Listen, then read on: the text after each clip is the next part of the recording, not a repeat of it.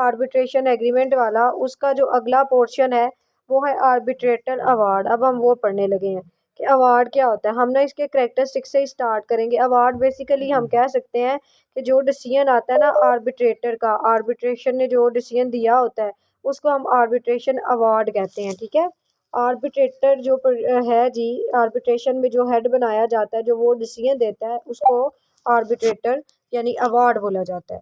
आगे इसके करेक्टरिस्टिक्स हम पढ़ते हैं। ठीक है, पेज नंबर बच्चे 62 पे हम आर्बिट्रेटर अवार्ड हम पढ़ रहे हैं। आर्बिट्रेटर अवार्ड क्या होता है? जो डिसीजन आर्बिट्रेशन देता है, आर्बिट्रेटर देता है, उसको हम आर्बिट्रेटर अवार्ड कहते हैं। करेक्टरिस्टिक्स है इसने final and binding nature. Arbitrator award are final and binding decision issue by the arbitrator after carefully considering the evidence, arguments and applicable law presented by the party. अब यहाँ पे क्या बताया गया कि आर्बिट्रेटर अवार्ड क्या है कि ये फाइनल डिसीजन होता है जो कि सब पार्टीज को मानना पड़ता है। ठीक है, ये नॉलेज है, ये एविडेंस को सुन के, आर्गूमेंट्स को सुन के फिर क्या करता है जज, वो एप्लीकेबल करवाता है लॉ को पार्टीज पे कि आपने जो है वो अब इसी को चलना है, इसी को मानना है। नेक्स्ट है जी, इतना ही बस आपने इसमें लिखना है। आगे आपने लिखना है enforceability across borders. One of the significant advantage of arbitrator award is their international enforceability. The New York Convention of widely adopted international treaty facilitate the recognition and enforcement of arbitrator award in over 160 country. अब ये जो enforceability है ना, वो कहते हैं international level पे भी एप्लीकेबल है, क्योंकि ये न्यूयॉर्क कन्वेंशन है ना, उसने कहा है कि जो इसका मतलब 160 कंट्रीज उसके अंदर आती है जिन पे उसने ये लॉ एप्लीकेबल करवा दिया है कि हर हाल में क्या करना पड़ेगा कि कानून का जो प्रोसीजर है उसको एज इट इज़ वैसे फॉलो करना पड़ेगा। Content of the award. Arbitrator award provide detailed reasoning behind the arbitrator decision.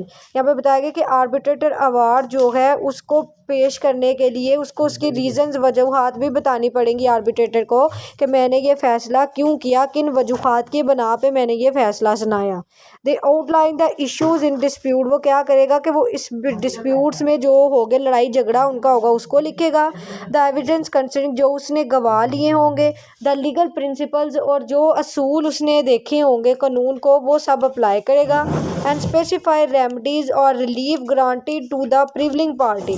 और फिर जो उसको उसमें से जो है वो रिलीफ मिलेगा या उसमें से जो उसको फ़ायदा मिलेगा उसको वो वहाँ पे लिख देगा कि इस पार्टी का ये नुकसान हुआ, मैंने ये अजाला इसका इस तरह से किया। Confidential of arbitrator award. Confidentially is a hallmark of arbitration proceeding. Arbitrated award, like the proceeding leading to them, are generally confidential. मतलब यहाँ पे बताया गया कि आर्बिट्रेशन प्रोसीडिंग क्या होती है, कॉन्फिडेंशियल होती है, उसमें कोई भी जो है वो सीक्रेट जो है ना मतलब बात किसी को नहीं बताई जाएगी।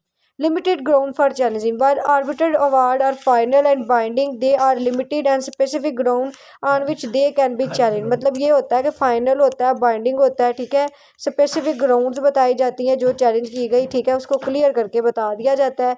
The ground usually outlined in national arbitration laws और applicable rules might include issue such as fraud, arbitrator misconduct.